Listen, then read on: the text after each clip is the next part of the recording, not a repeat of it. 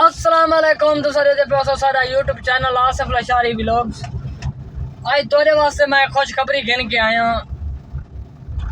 ओ तो मैं जी वीडियो सारा कुछ दसेंदा पिया।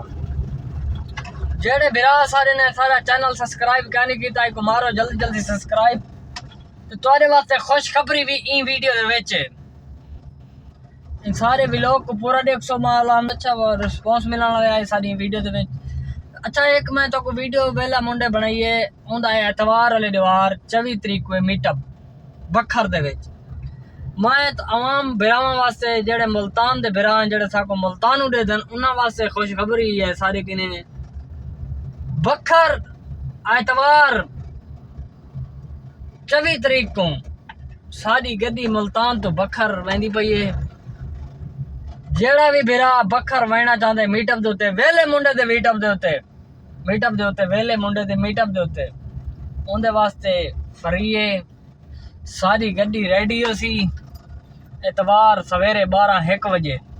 जेड़ा बिरा भी वजना चाहते साडे YouTube channel they which number लगा खड़े ओ तुसा कट के तुसा साना राबता करे सो इंशाअल्लाह असा अपने खर्चे दे उत्ते तुआको वेले मुंडे दा मीटअप दिखेंदे पाए।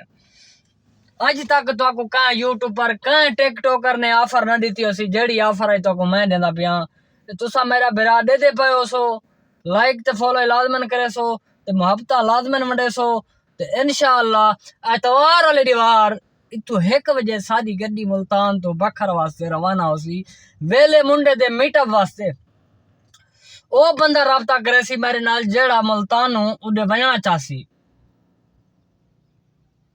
तुआरे बिरावन वास्ते मैं एक सहूलत गिन के आया इंशाल्लाह मैं अपने खर्चे ते गिन ही वैसा ते वापसी भी मुल्तान गिन के आसा मीटअप भुगता के वेले मुंडे दा फंक्शन करके इंशाल्लाह वीडियो शीडियो तुसा भी बने सो असा भी बने सो रल मिल के सारे बिरा वीडियो बने सो उनका मीटअप भुगता के मैं वापसी मुल्तान ही आवना मुल्तान ही तो गिन के आसा इंशाल्लाह।